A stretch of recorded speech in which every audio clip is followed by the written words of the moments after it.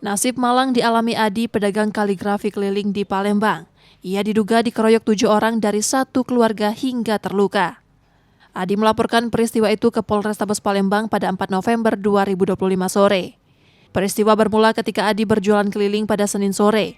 Saat tiba di sebuah rumah makan di Jalan Gubernur Haji Bastari, tepat di samping Mapolrestabes Palembang, ia tiba-tiba dihadang dan dianiaya dengan pipa besi sambil dituduh memecahkan kaca etalase rumah makan tersebut.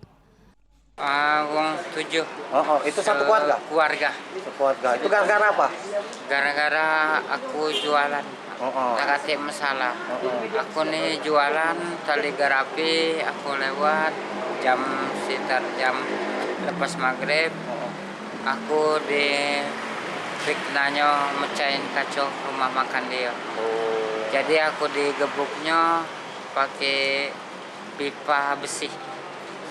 Tangan, leher, dada, sudah turaya. Akibat aksi kekerasan itu, tubuh Adi mengalami luka di beberapa bagian, sementara dagangan kaligrafinya rusak.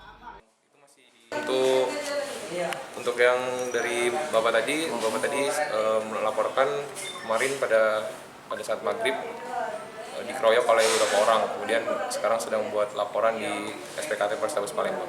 Kalau hasil pemeriksaan itu gara-gara apa, Bang? Untuk pemeriksaan kemarin dikeroyok beberapa orang, tapi sedang dilakukan penyelidikan lebih lanjut oleh Reskrim Polrestabes Palembang. Laporan ini telah diterima petugas dan kini masih ditangani penyidik Satreskrim Polrestabes Palembang. Yudi Kiswanto, Kompas TV, Palembang, Sumatera Selatan.